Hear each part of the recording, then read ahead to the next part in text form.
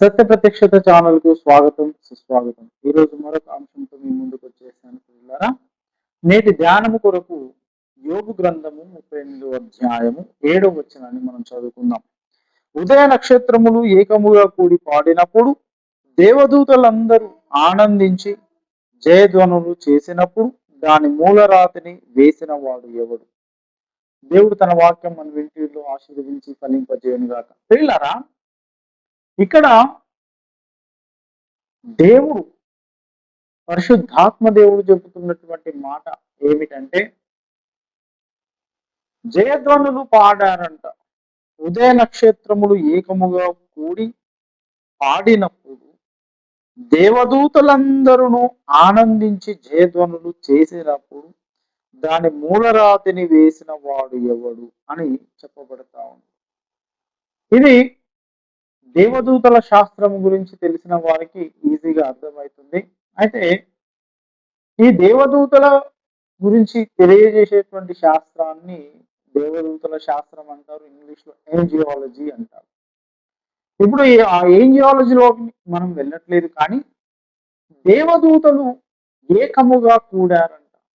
ఉదయ నక్షత్రములు ఏకముగా కూడాయి. ఉదయ నక్షత్రములు అంటే వేకువ చుక్క, ద మార్నింగ్ స్టార్స్ అని ఇంగ్లీష్ బైబుల్లో రాయబడి ఉన్నది.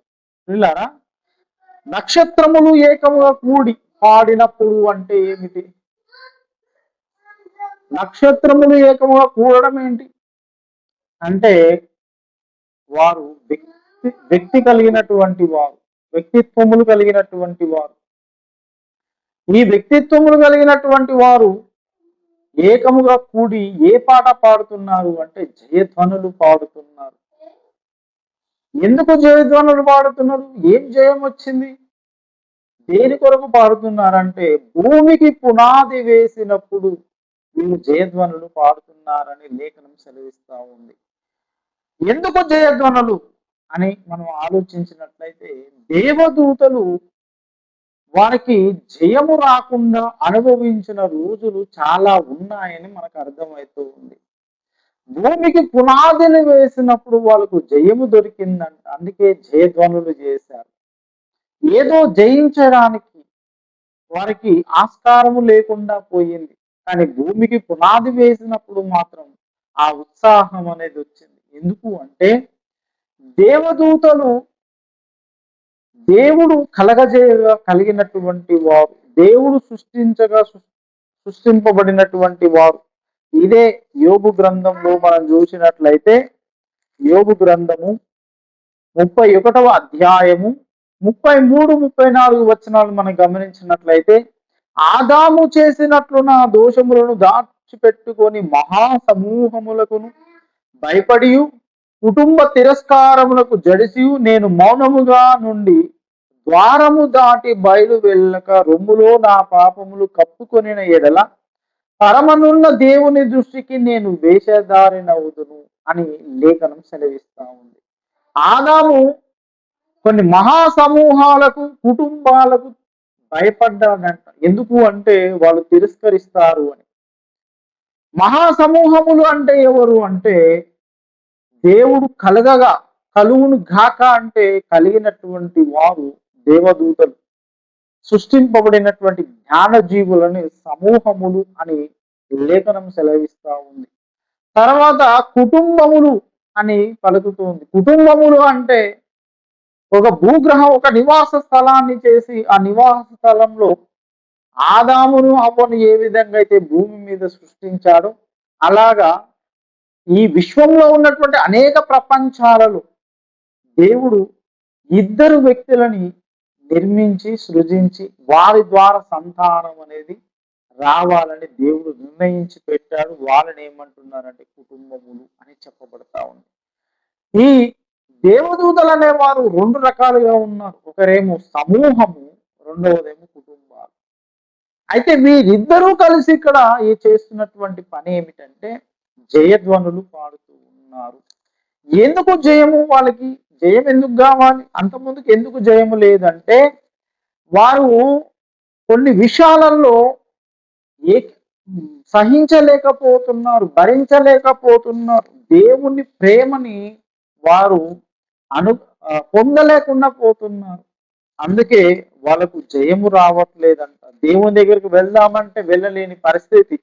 దేవుని దగ్గరికి వెళ్దామంటే దేవుని దగ్గర వాళ్ళ యొక్క స్థితి ఎలా ఉందంటే యెషయా ప్రవచన గ్రంథంలో మనం చూస్తాం. యెషయా ప్రవచన గ్రంథము 6వ అధ్యాయము 5వ వచనంలో మనం చూసినట్లయితే 3వ వచనంలో చూసినట్లయితే వారు సైన్యములకు అధిపతి యెహోవా పరిశుద్ధుడు పరిశుద్ధుడు సర్వలోకము ఆయన మహిమతో నిండి ఉన్నదని గొప్ప స్వరముతో గాన ప్రతిగానము చేయుచుండిరి. అంతకంటే ముందు వాళ్ళు అంటున్నారు, వీళ్ళు దేవుని దగ్గర పరిశుద్ధుడు పరిశుద్ధుడు అంటున్నారు కానీ వాళ్ళే పరిశుద్ధత లేకుండా నిలిచున్నట్టుగా 2వ వచనం చెప్పబడతా ఉంది. ఆయనకు పైగా శరాపులు నిలిచి ఉండిరి. అక్కడ ఫుట్నోట్లో శరాపులు అనగా మహాదూతలు అని చెప్పబడతారు. ఒక్కొక్కరికి 6 రెక్కలు ఉండేవి. ఈ శరాపులు అనే వారికి, శరాపులు అనే జాతి అనబడినటువంటి దేవదూతలకి 6 రెక్కలు ఉన్నాయంట. ప్రతివాడు 2 రెక్కలతో తన ముఖమును 2 రెక్కలతో కాళ్ళను కప్పుకొనుచు రెండింటితో ఎగురుచుండెను. ప్రియులారా, ఈ దేవదూతలు అనబడిన వారు, శరాపులు మహాదూతలు అనబడిన వారు వీళ్ళు ఏం చేస్తున్నారంటే వీళ్ళ యొక్క ఆకారము కానీ వీళ్ళని చూసినట్లయితే 6 రెక్కలు వాళ్ళకు ఉన్నాయి. 2 రెక్కలను ముఖాన్ని దాచుకొని 2 రెక్కలను పాదాలను దాచుకొని 2 రెక్కలతో ఎగురుతూ సైన్యములకు అధిపతి యెహోవా పరిశుద్ధుడు పరిశుద్ధుడు పరిశుద్ధుడు అని పలుకుతూ ఉన్నారు. ఎందుకు అంటే వాళ్ళ ముఖము దేవుని దగ్గర అపరిశుద్ధముగా కనపడుతుంది. వాళ్ళే అసహించుకుంటున్నారు. ఆయన పరిశుద్ధుడు, ఆయన ముందు మా ముఖాలు మేము ఎట్లా చూయించుకోవాలని వాళ్ళు బాధపడుతూ ఉన్నారు. కాబట్టి ప్రియులారా, దేవదూతలకు చాలా లోపాలు ఉన్నాయి. అది కూడా ఈ యొక్క యోబు గ్రంథంలోనే చెప్పబడతా ఉంది. యోబు గ్రంథము 15వ అధ్యాయంలో మనం చూసినట్లయితే 15వ వచనం, ఆలోచించుము ఆయన తన దేవదూతల యందు నమ్మిక ఉంచడు, ఆకాశ వైశాల్యం ఆయన దృష్టికి పవిత్రము కాదు అని చెప్పబడతా ఉంది. ఆకాశ వైశాల్యం అంట దేవుని దృష్టికి పవిత్రము కాదంట. దేవదూతల యందు ఆయన నమ్మిక ఉంచలేకపోతున్నాడు. ఎందుకు అంటే వాళ్ళల్లో లోపాలు వెతుకుతూ ఉన్నాడంట. యోబు గ్రంథము 4వ అధ్యాయంలోనికి ఒకసారి వచ్చినట్లయితే 18వ వచనం మనం గమనించినట్లయితే, ఆయన తన సేవకులను నమ్ముట లేదు, తన దూతలందరూ లోపములను కనుగొనుచున్నాడు.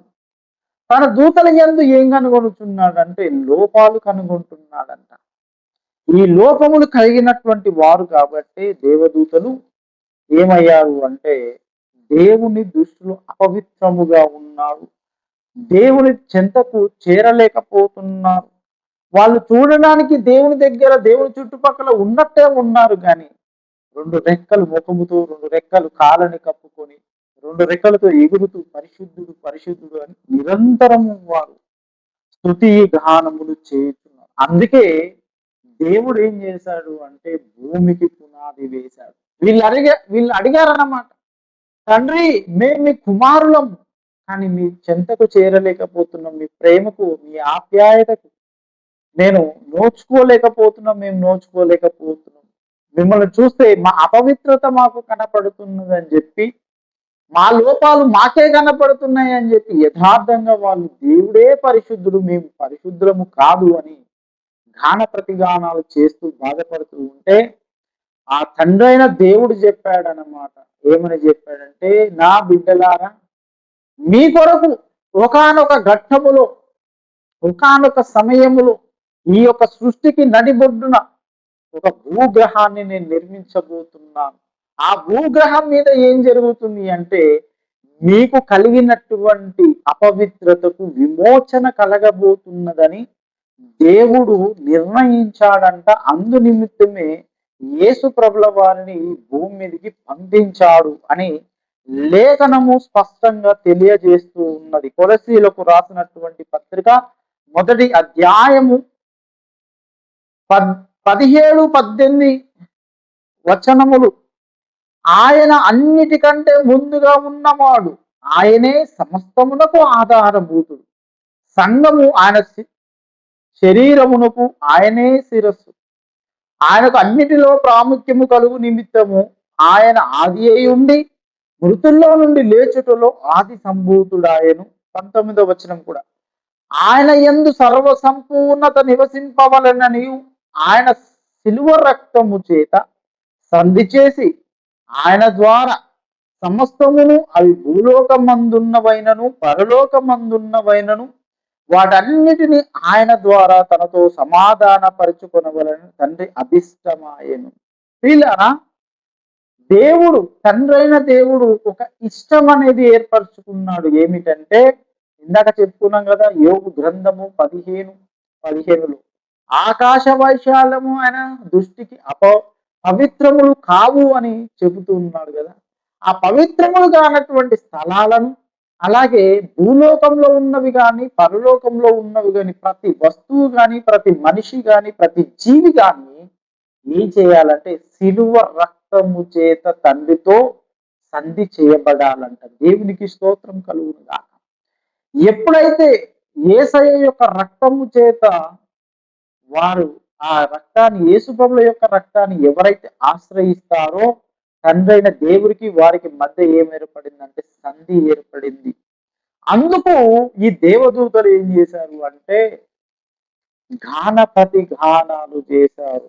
ఆయన పుట్టినప్పుడు కూడా ఆ మహాసైన్యము ఈ భూమి మీదకి వచ్చిందంట. చూడండి, లూకా సువార్తలోకి వచ్చినట్లయితే లూకా సువార్త 2వ అధ్యాయము 13-14 వచనాలు మనం గమనించినట్లయితే, వెంటనే పరలోక సైన్య సమూహము ఆ దూతతో కూడా నుండి సర్వోన్నతమైన స్థలములలో దేవునికి మహిమయు ఆయనకి ఇష్టలైన మనుషులకు భూమి మీద సమాధానమును కలుగునుగా కానీ దేవుని స్తోత్రము చేయుచుండెను. ప్రియులారా, యేసుప్రభుల వారు పుట్టినప్పుడు దేవదూతలు ఒక సమూహముగా భూమి మీదకి వచ్చారు. వచ్చి ఆడ స్తుతి గానము చేస్తూ ఉన్నారు. ఎందుకు అంటే ఆయన చిందింపబోతున్నటువంటి రక్తాన్ని బట్టి వీళ్ళకు విమోచన జరగబోతూ ఉంది. భూమి మీద ఉన్న వారికేమో సమాధానము, ప్రాణ విమోచన, పాప విమోచన జరుగుతుంది. అలాగే పరలోకంలో ఉన్నటువంటి ప్రతి జీవి పవిత్రపరచబడుతుంది. దేవునికి స్తోత్రం కలుగును గాక. అందుకే వారు ప్రతిగానములు చేశారు. అలాగే ఇంకొకసారి కూడా గాన ప్రతిగానములు చేయుచున్నట్టుగా మనకు కనపడుతుంది. ప్రకటన గ్రంథము 12వ అధ్యాయంలోనికి మనం వచ్చినట్లయితే 12వ వచనం 12 అందుచేత పరలోకమా, పరలోక నివాసులారా ఉత్సహించుడి. భూమి సముద్రమా మీకు శ్రమ, అపవాది తమకు సమయము కొంచెమే అని తెలుసుకొని బహుక్రోధము గలవాడే మీ యొద్దకు దిగి వచ్చి ఉన్నాడని చెప్పాను. పిల్లరా, ఆకాశము నుండి ఈ యొక్క అపవాది భూమి మీదికి దిగి వస్తే పరలోకమా ఉత్సహించుడి అని ఎందుకు చెప్పబడతా ఉంది అంటే, వీడు ఒక పని చేశాడు. ఏం పని చేశాడు అంటే ఫిర్యాదు చేస్తూ ఉన్నాడంట. చూడండి 10వ వచనాన్ని చూసినట్లయితే, మరియు ఒక గొప్ప స్వరము పరలోకమందు ఇలాగు చెప్పుట వింటిని, రాత్రింబగలు మన దేవుని ఎదుట మన సహోదరుల మీద నేరము మోపుచున్న వాడైన అపవాది అడదోయబడి ఉన్నాడు. దేవదూతలకి ఇంకో రకమైనటు కూడా సమస్య ఉంది. ఏమిటంటే ఈ దేవదూతల్లో ఉన్నటువంటి కొన్ని లోపాలను ఈ అపవాది ఏం చేస్తున్నాడంటే ప్రతిసారి వెళ్ళి దేవుని సముఖమందు వాడు ఫిర్యాదు చేస్తా ఉన్నాడంట. ఈ ఫిర్యాదు చేయడం వల్ల వీళ్ళు ఏం చేస్తున్నారంటే దేవునికి ముఖాన్ని చూపించుకోలేని పరిస్థితి, దేవుని దగ్గర వాళ్ళ యొక్క ఉన్నతంగా ఉండలేని పరిస్థితి. అందుకు వీళ్ళు అంటున్నారు, మన సహోదరుల మీద నేరము మోపువాడైన అపవాది. వాళ్ళ సహోదరులు ఎవరు? ఇటు భూమి మీద ఉన్నటువంటి మనము కావచ్చు, అటు పరలోకంలో ఉన్నటువంటి దూతలు కావచ్చు. సో వాళ్ళల్లో ఏమున్నాయంటే లోపములు ఉన్నాయి. ఈ లోపాలను ఎత్తి దేవుని దగ్గర ఏం చేస్తున్నాడు? ఫిర్యాదు చేస్తూ ఉన్నాడు. జకరియా గ్రంథములో కూడా ఈ మాట రాయబడి ఉంది. ప్రియులారా, యెహోషువ యాజకుడైనటువంటి యెహోషువ మీద వాడు ఏం చేస్తున్నాడు అంటే ఫిర్యాదు చేస్తూ ఉన్నాడు. జకరియా గ్రంథము 3వ అధ్యాయం మొదటి ప్రారంభ వచనం, మరియు యెహోవా దూత ఎదుట ప్రధాన యాజకుడైన యెహోషువ నిలిచుండుటయు సాతాను ఫిర్యాది అయి అతని కుడి పార్శ్వమున నిలబడుటయు అతడు నాకు కనపరిచెను. సాతాను ఏమై నిలబడ్డాడు? ఫిర్యాది అయి నిలబడ్డాడంట. అక్కడ ఎవరు నిలబడ్డారు? ఇంకా యెహోషువ, యాజకుడైన యెహోషువ. ఆయనకు మలినమైన వస్త్రములు చేత నిలబడి ఉన్నాడు. అయితే ఈ నిలబడి ఉన్నటువంటి యెహోషువని బట్టి సాతాను గాడు ఏం చేస్తున్నాడంటే దేవుని ఎదుట ఫిర్యాదు చేస్తూ ఉన్నాడు. ఇది భూమి మీద ఉన్నటువంటి సకల భక్తుల విషయంలోనే కాదు, పరలోకంలో ఉన్నటువంటి దూతల విషయంలో కూడా వాడు ఏం చేస్తున్నాడంటే దేవుని ఎదుట ఫిర్యాదు చేస్తా ఉన్నాడు. వాడు ఎందుకు ఫిర్యాదు చేస్తున్నాడంటే వీళ్ళలో లోపాలు ఉన్నాయి కదా. ఇవన్నీ పోవాలి అంటే దానికి పరిష్కారం ఏమిటంటే యేసు శిలువ రక్తం. ఈ యేసయ్య శిలువ రక్తం ఎక్కడ చిందించబడుతుంది అంటే ఈ భూగ్రహము మీద. అందుకే వారు ఏం చేశారంటే జయధ్వనులు పాడారు. దుష్టుడు భూమి మీదకి ఎప్పుడైతే వచ్చేసాడో, పడదోయబడ్డాడో, అప్పుడు ఉత్సహించి పాడారంట. పరలోకమా, పరలోక నివాసులారా ఉత్సహించండి అని 12:12 ప్రకటన గ్రంథంలో చెప్పబడతా ఉంది. ప్రియులారా, రెండు రకాలైనటువంటి ఉత్సాహాలు ఉన్నాయి. ఒకటేమో వాళ్ళల్లో ఉన్నటువంటి లోపాలకు పరిష్కారము కొరకు ఒక జయధ్వనులు పాడారు. తర్వాత వాళ్ళ మీద చేస్తున్నటువంటి అపవాదికి, వాని యొక్క సమూహముకు ఏం జరుగుతుందంటే నిత్యాగ్ని నరక గుండములు వాడిని ఏబోతున్నారు. పరలోకంలో వాడికి అపజయము కలిగింది. వాడు కింద భూమి మీద పడదోయబడ్డాడు. కాబట్టి వీళ్ళు ఉత్సహించి పాడుతూ ఉన్నారు. కాబట్టి పిల్ల, ఈ రెండు ఉత్సాహాల మధ్య జరిగింది యేసయ్య శిలువ యజ్ఞం. దేవునికి స్తోత్రం కలుగునుగాక. రెండు రకాలైనటువంటి కార్యాలు దేవుడు చేశాడు. చేసి ఏం చేస్తున్నాడంటే వాళ్ళని సంతోష పెడుతూ ఉన్నాడు. ఇక్కడ మానవ లోకానికి కూడా ఆయన భూమి మీద అవతరించడము, మనుషుల్లో ఉన్నటువంటి ప్రతి పాపానికి పరిష్కారముగా శిలువ యజ్ఞము జరిగింది. అలాగే యేసయ్య రెండో రాకడ వల్ల ఈ శరీరంలో ఉన్నటువంటి పాప నియమం తోటి బాధపడుతున్నటువంటి ప్రతి విశ్వాసికి విమోచన కలుగుతుంది. శరీరము కూడా మహిమ శరీరముగా మారి పాపము, పాప నియమము మన శరీరాన్ని విడిచి ఆ మరణము అవంతా ఎక్కడికి వెళ్తున్నాయంటే నిత్య నరకాగ్ని గుండంలోనికి వెళ్తున్నాయి. ఇలా రెండు రకాలైనటువంటి ప్రయోజనాలు దేవుడు చేస్తూ ఉన్నాడు. కాబట్టి జయధ్వనులు వాళ్ళు పాడారు. ఈరోజు మనం కూడా జయధ్వనులు పాడవలసిన వారు. అందుకే అంటున్నాడు యేసుప్రభుల వారు ప్రకటన గ్రంథము 3:21 ప్రకారం, జయించిన వారు, నేను ఏ విధంగా అయితే జయించానో మీరు కూడా నాలాగా జయించిన వారు నా సింహాసనం మీద కూర్చుండనిస్తానంటున్నాడు. అంటే మనం జయించాలి. కాబట్టి జయధ్వనులు వాడుతాం. మనకు విజయం ఉంది. ఎందుకంటే యేసు ప్రభుల వారు మన ముందు ఉన్నాడు, మన వెనక ఉన్నాడు, మన చుట్టూ ఉన్నాడు. ఆయన మనం గెలిపించడానికి అహర్షణలు ఆయన ఏం చేస్తున్నాడంటే ప్రయాస పడుతూ ఉన్నాడు. ఆయనను చూద్దాం, ఆయనను చూసి ఆయన వెనకాల నడుద్దాం, ఆయనతో నడుద్దాం, ఆయన బట్టి నడుద్దాం. దేవుడి వాక్యం మన వెనుకల్లో దీవించి ఆశీర్వదించును గాక. ఆమేన్. Thank you.